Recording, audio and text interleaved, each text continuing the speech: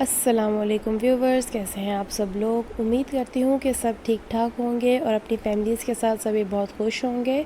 चलिए जी, आज की हम लोग रेसिपी स्टार्ट करते हैं। तो आज हम लोग बनाने वाले हैं बैंगन का रायता।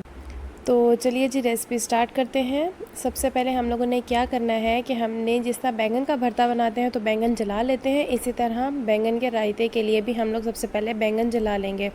मेरे पास ये छोटे साइज़ के बैंगन थे तो मैंने 3 जला लिए। 1 किलो मैंने इसमें दही का इस्तेमाल किया है।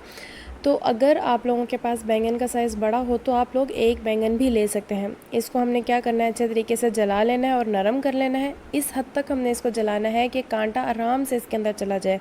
अगर इसके अंदर कांटा जाने में थोड़ी सी भी मुश्किल हो तो आप लोगों ने इसको थोड़ी देर मज़ीद पकाना है और इसको जलाना है।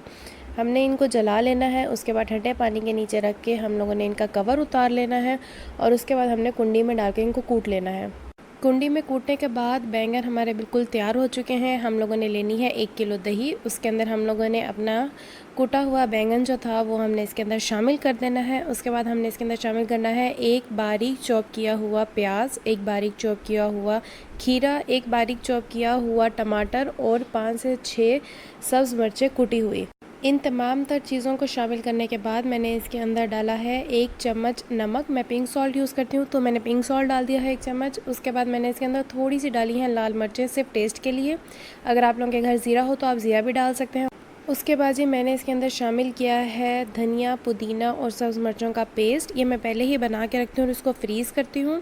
अगर आप लोगों को इसकी रेसिपी चाहिए तो मुझे कमेंट सेक्शन में बताइएगा, मैं आप लोगों को इसकी भी रेसिपी दूँगी।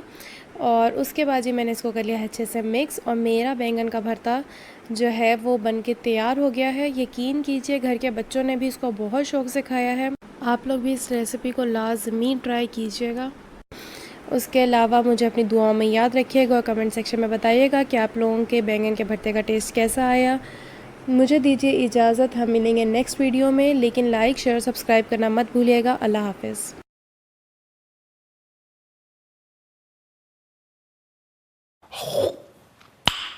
Nice.